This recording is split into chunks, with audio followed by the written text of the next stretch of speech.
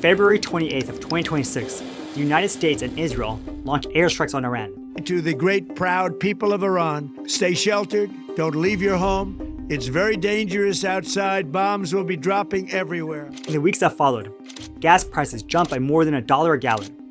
Flights got more expensive, and so did groceries. And it didn't stop at the US border. The pain spread worldwide. Energy prices in Europe nearly doubled. Oil and energy costs across Asia surged too, as key shipping routes ground to a halt. So that bears a question. Why does war make everything more expensive? This is Moneypedia, making money make sense.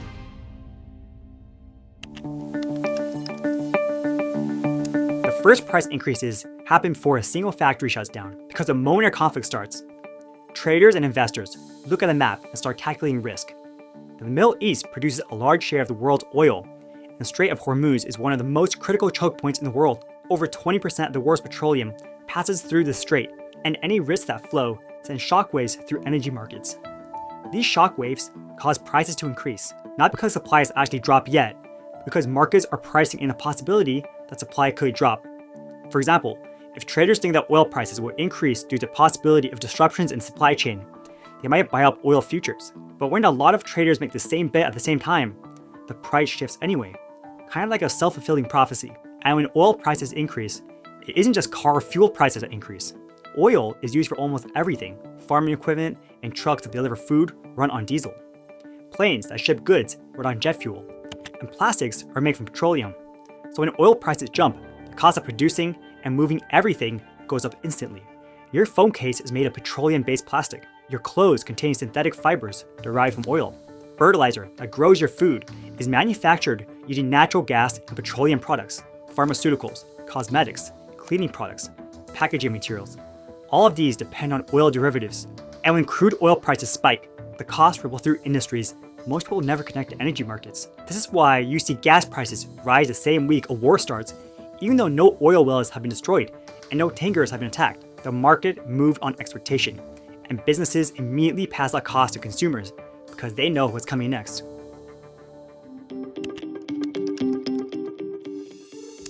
Another reason why wars make everything more expensive is that during the conflict, infrastructure like roads, ports, factories, and shipping routes become dangerous. A port gets bombed and suddenly millions of tons of cargo that used to flow through that port now have to be rerouted.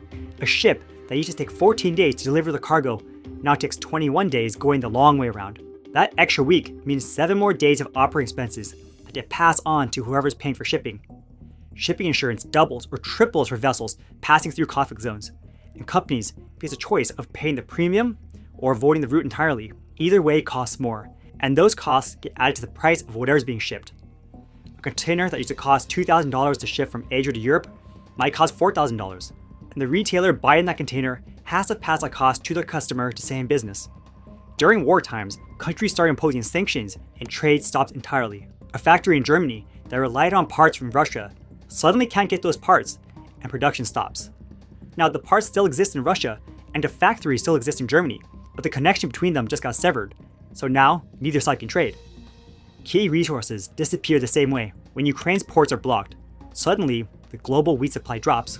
Russia restricts fertilizer exports, and farmers everywhere face higher costs for the nutrients they need to grow food at scale. These goods exist, but they're not moving, and when goods don't move, prices rise for everyone else competing for what's left.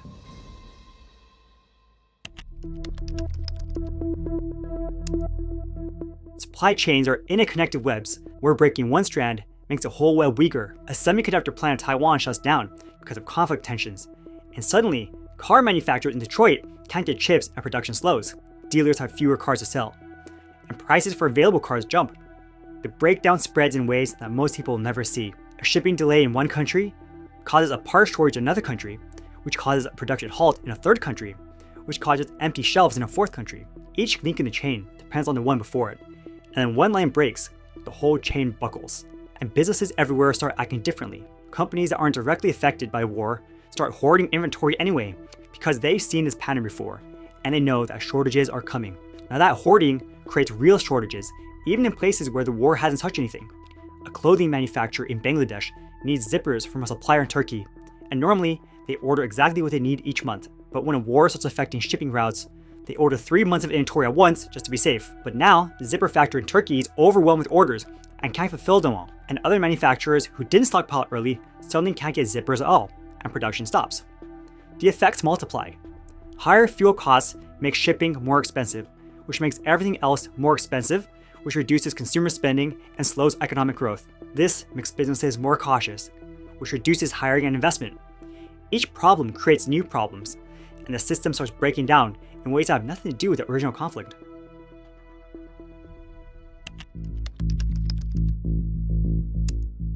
Governments increase military spending during war, which requires massive amounts of money.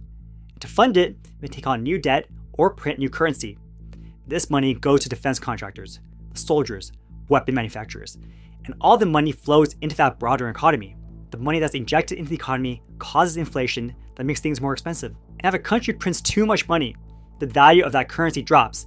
Now everything they import costs more. A barrel of oil that used to cost 100 units of currency now costs 120 because the currency is worth less on global markets. Even countries not directly involved in the war feel this. If America increases military spending to support allies in a conflict, that borrowed money still enters the domestic economy and inflation still rises. The cost of funding a war doesn't stay contained to the battlefield. It spreads through the entire financial system. Once we hit this point, prices rise from multiple directions at once, and consumers start to panic.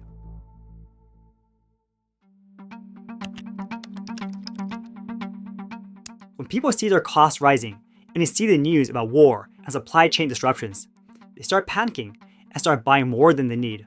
Panic buying creates shortages that weren't there before, and those shortages push prices even higher. We saw this during COVID, where essential supplies like toilet paper were literally flying off the shelves.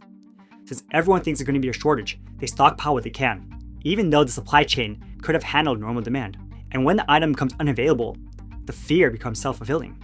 Businesses do the same thing. They order extra inventory to avoid future shortages, and suppliers see the surge in orders and raise prices to match demand. Suddenly, a small actual disruption gets magnified into a massive price spike because everyone is trying to secure supply at the same time. And once prices rise, they rarely come back down. Businesses don't just lower prices because their costs decreased, and landlords don't reduce rents just because inflation slowed. Workers who got raises to cover their living costs don't get that money back. The new price level becomes the baseline, and everyone adjusts to it. For example, a grocery store might raise milk prices from $4 to $5 a gallon when dairy transportation costs spike.